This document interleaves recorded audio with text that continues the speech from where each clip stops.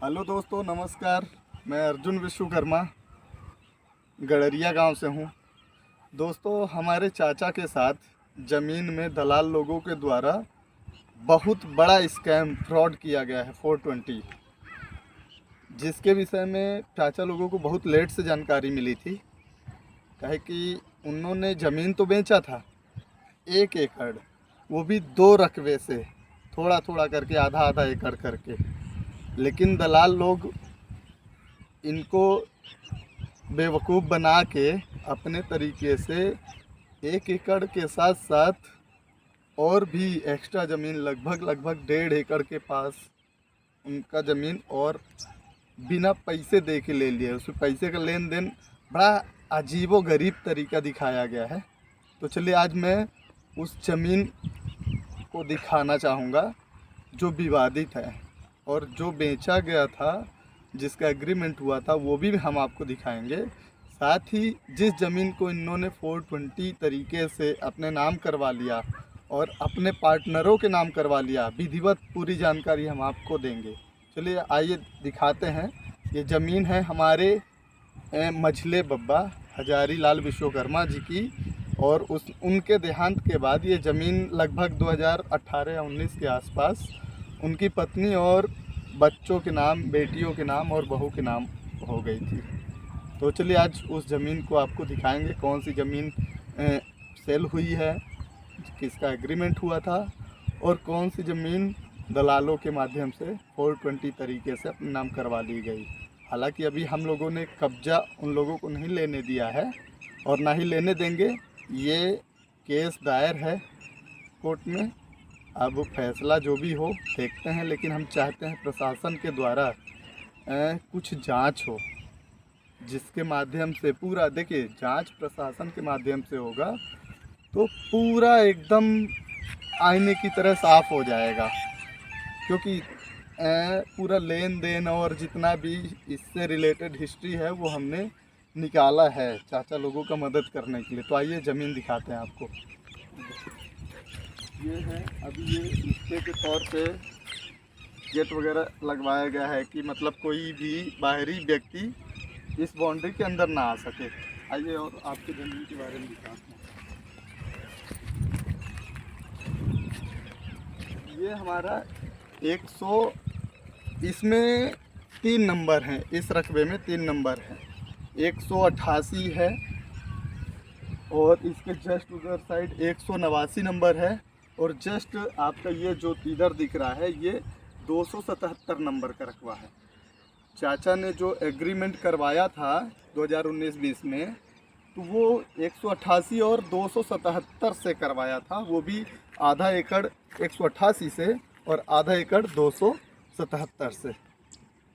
और जो शेष 277 का बचा लगभग 1 एकड़ 37 डेसिमल के आसपास, तो वो आपका उसमें नितलवे था। लेकिन ये दलालों के माध्यम से पावर ऑफ अटॉर्नी इनके ज़मीन की बनवाई गई थी, जिसका मिसयूज करके इन्होंने अपने नाम करवा लिया। तो चलिए इसके विषय में हम आपको अभी भी बहुत सारी जानकारी देना चाहेंगे।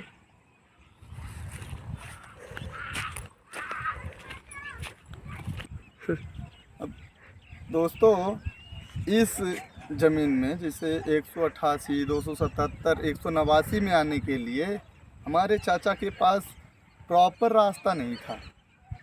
इसके लिए दलालों से बताया गया था कि रास्ता नहीं है, तो उन्होंने बोला भी था कि कोई बात नहीं, रास्ता मैनेज करना मेरा काम है।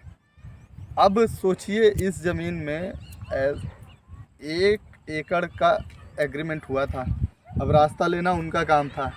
सोचिए, पड़ोस में दुबे जी की ज़मीन है। इधर फ्रंट में आप कैमरे से थोड़ा दिखाइए, ये सामने जहाँ गेट लगा हुआ है, तो यहाँ पास रास्ता नहीं था।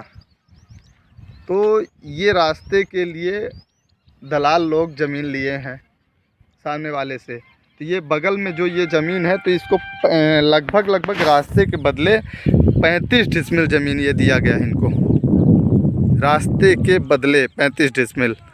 तो हमारा तो कहना ये है कि जो 35 डिसमिल है, अब ये जो 35 डिसमिल इनको ज़मीन दिया गया है, वो रास्ते के बदले दिया गया है।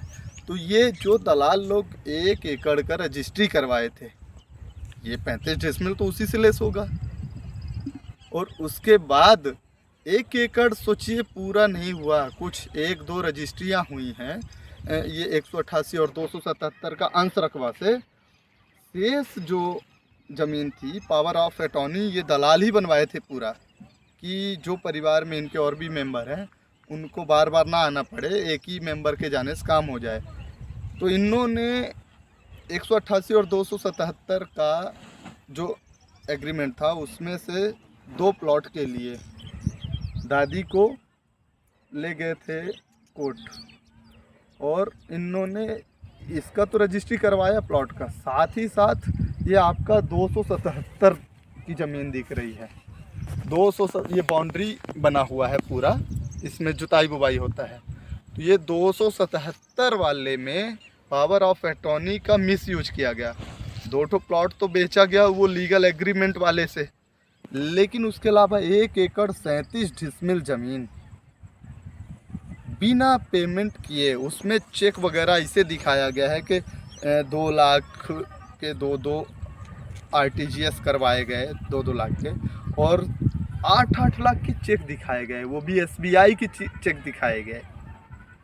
और दादी को तो पता ही नहीं था कि कौन सी ज़मीन का मैटर है। भाई जो एग्रीमेंट हुआ तो दादी को वही पता था कि एग्रीमेंट वाले का सेल हो रहा। लगभग 2 साल बाद पता चला, वो भी पड़ोसी ये जो पीयूष दुबे जी हैं, इन्होंने मेरे चाचा से संपर्क किया और बताया कि भैया अपना और ज़मीन बेच दी नन का। तब चाचा बोले कि नहीं, जितनी ज़मीन की एग्रीमेंट हुआ था उतना ही सेल की। उन्होंने बताया कि नहीं नहीं नहीं, आपका 277 का 1 एकड़ 37 डिसमिल अलग से सेल हुआ है। तो पेपर उन्होंने निकाल के बताया, तब तो इनको पता चला।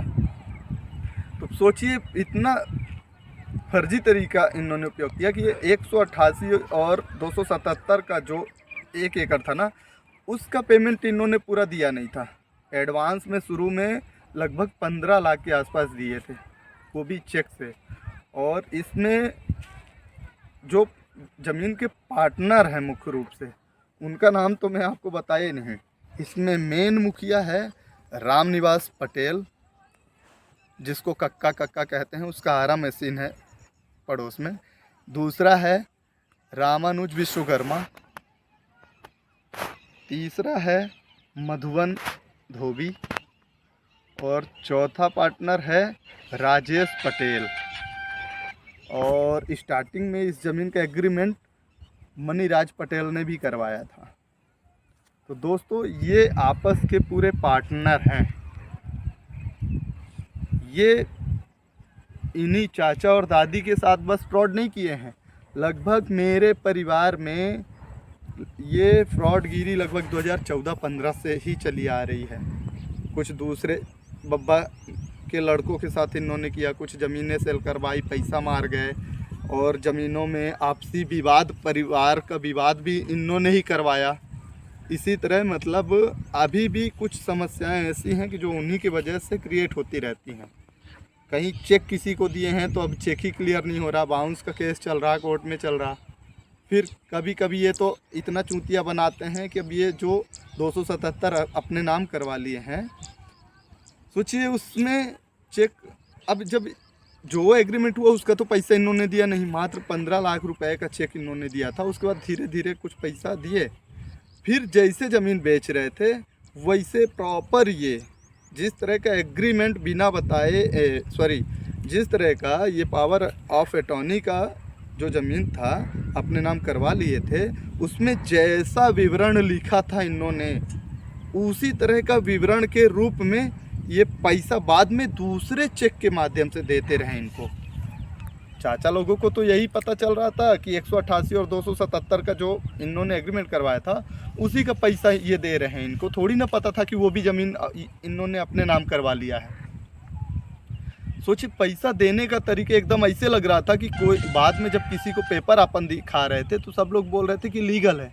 फिर बाद में पूरा स्टेटमेंट वगैरह निकाला गया और जो भी चीज़ें हैं सारी चीज़ें वो पूरा कलेक्ट किया गया है ना, वकीलों से समझा गया, बहुत सारी चीज़ें ऐसी है।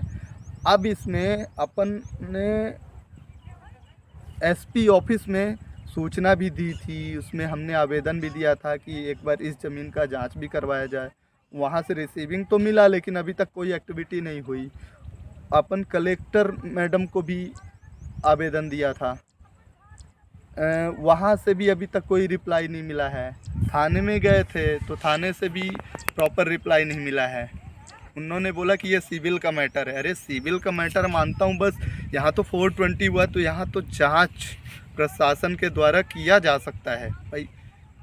बहुत सारी चीज़ें ऐसी होती हैं कि एक जो निम्न स्तर के लोग होते हैं, अभी चाचा लोगों के पास ज़मीन का थोड़ा सा पैसा आया, उसका उपयोग इन्होंने घर बनवाने में करवा लिया, और भी जो चीज़ें थी उन एक्टिविटियों में खर्चा कर दिया, तो पैसा इनके पास समाप्त हो चुका। अब केस लड़ने के लिए भी तो पैसा चाहिए। जो दलाल होते हैं बोलते हैं कि आप केस लड़ लो, लगा लो, जो भी करना है कोर्ट के माध्यम से कर लो। और जबकि पहले जब ज़मीन का पता चला कि ये ज़मीन ऐसा ऐसा हो गया है, उन्होंने करवा लिया, तो उनके पास गया था, कई लोग गए थे, दादी गई थी, चाचा गए थे, हम लोग भी गए थे। तो रामनिवास पटेल ने बोला था कि भैया गलती से हो गई है, वो हम सुधरवा देंगे, आपके नाम करवा देंगे। ऐसा 2 महीने बाद फिर से गया, फिर यही चीज़ बोले कि अभी छुट्टियां चल रही है, अपन करवा देंगे।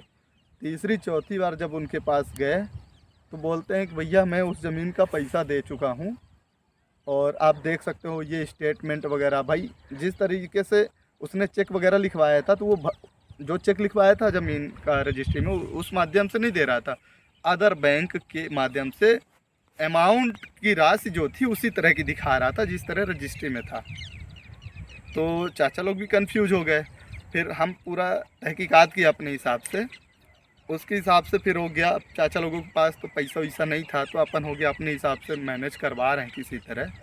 तो दोस्तों इस तरह का फ्रॉड ये एक लोगों के साथ नहीं हो रहा, सोचिए हमारे क्षेत्र में बहुत सारे लोगों के साथ फ्रॉड हो रहा, लेकिन ये लोग कोई एक्शन नहीं ले पा रहे हैं, मजबूर हो जा रहे हैं। या कुछ लोग एक्शन लेने की भी सोचते हैं, तो ये लोग उनका मुंह बंद करने के लिए इकट्ठा पैसा उनको देने की बात करते हैं, या फिर आपसी समझौता करने की कोशिश कर रहे हैं। इसी तरह का काम कर रहे हैं जिससे सामने वाला केस नहीं कर पाता, मुंह बंद कर देता है। ऐसी समस्या दोस्तों हमारे चाचा या दादिन के साथ बस नहीं है, इस तरह की समस्या से बहुत सारे लोग जूझ रहे हैं। लेकिन कुछ लोग तो पैसे के कारण मजबूर हो जाते हैं कि कुछ लोगों के पास पैसा ही नहीं होता केस लड़ने के लिए, कुछ लोगों के पास लोग ही नहीं होते जो भाग दौड़ कर सकें। तो साथियों ये जो 420 हमारे परिवार में हुआ है, इसमें जिससे जो मदद बने, हम ये नहीं कहते कि पैसा लगाइए, इसमें ऐसा हो कि किसी के माध्यम से किसी भी तरीके से अगर कुछ पॉसिबल है तो ठीक है, बाकी कोर्ट में तो ठीक है चल ही रहा मैटर। अब ये हम चाहते हैं कि इसमें कोई भी, यहाँ रामनिवास पटेल अपने नाम तो ज़मीन करवाया, साथ में अपने पार्टनर के, जो उनके पार्टनर थे, पार्टनर की बीवियों के नाम भी ज़मीन करवा दिया है। और उनकी अब बीवियाँ, एक रामानुज विश्वकर्मा की जो पत्नी है वो अपने गांव की सरपंच है। हम इनके खिलाफ भी एफआईआर वगैरह हमें मेंटेन करना है। प्लस एक जो राजेश पटेल है उसकी मैडम भी सरकारी पोस्ट में है, कोई CHO वगैरह कुछ है, पूरी जानकारी तो नहीं हो पाई, लेकिन सरकारी पद में है। तो इस समय तो राजेश पटेल एकदम डरा हुआ सहमा हुआ है, क्योंकि उसको भी पता है कि ये ज़मीन लीगल तो ली नहीं गई, 420 तरीके से ली गई है, पता सभी दलालों को है। अब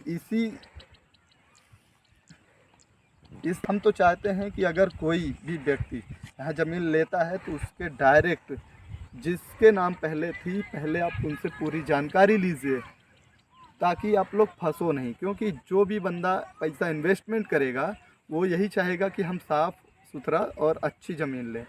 तो हमारी ये जो ज़मीन है इधर की, तो ज़मीन लेने के पहले कृपया आप सभी लोग अच्छे से जांच परख लें, हम लोगों से संपर्क कर लें, क्योंकि गांव में किसी से भी आप पूछोगे सब लोग बता देंगे। क्योंकि अभी आप लेने के लिए बहुत सारे लोग कोशिश तो करते होंगे, लेकिन अब यहाँ इंटर तो करने नहीं देंगे हम लोग। जैसे भी होगा वैसे अपन देखेंगे, लेकिन मेरा यही मतलब है कि आप लोगों को ये जानकारी रहेगी तो आप लोग, बहुत सारे लोग ऐसे विवादों में घिरने से बच जाएंगे।